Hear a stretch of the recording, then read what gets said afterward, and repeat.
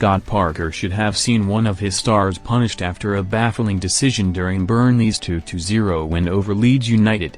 That is according to former PGMOL chief and ex-FIFA referee, Keith Hackett, who exclusively told Football Insider that Tim Robinson should have acted in an attempt to stamp out simulation at Turf Moor. Daniel Farke's side were condemned to their fourth defeat of the Premier League campaign, losing 2-0 after goals from Leslie Ugochukwu and Lom Chouna on Saturday 18th of October. Dominic Calvert-Lewin was off target yet again, but as the Whites attempted to get back into the game away from home, one of the opposition players embarrassed themselves right next to the referee. Lom Chouna attempts to deceive Tim Robinson with simulation. With 10 minutes remaining, and Leeds pressing for a much-needed goal, Jayden Bogle picked up possession outside of the penalty box, fending off Chouna in the process. Right under the nose of the referee, the Burnley man, who had previously scored a stunner, fell to the ground, apparently writhing in pain, only for Robinson to wave play on and ignore him.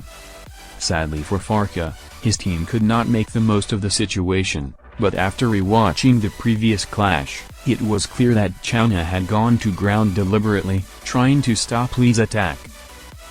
Hackett has previously referred to diving as a disease, so to watch the player get totally ignored on Saturday, he was extremely glad.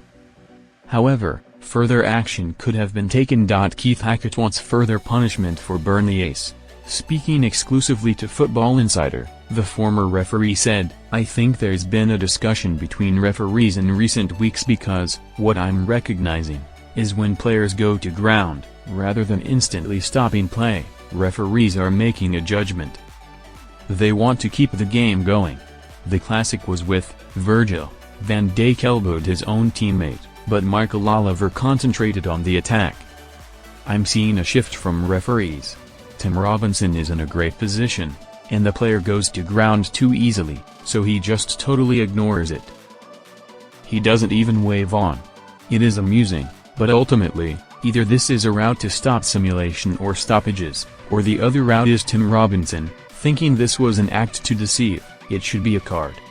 I applaud the decision. If you've got feet or leg injuries, keep the game going. When it's a head injury, take more care.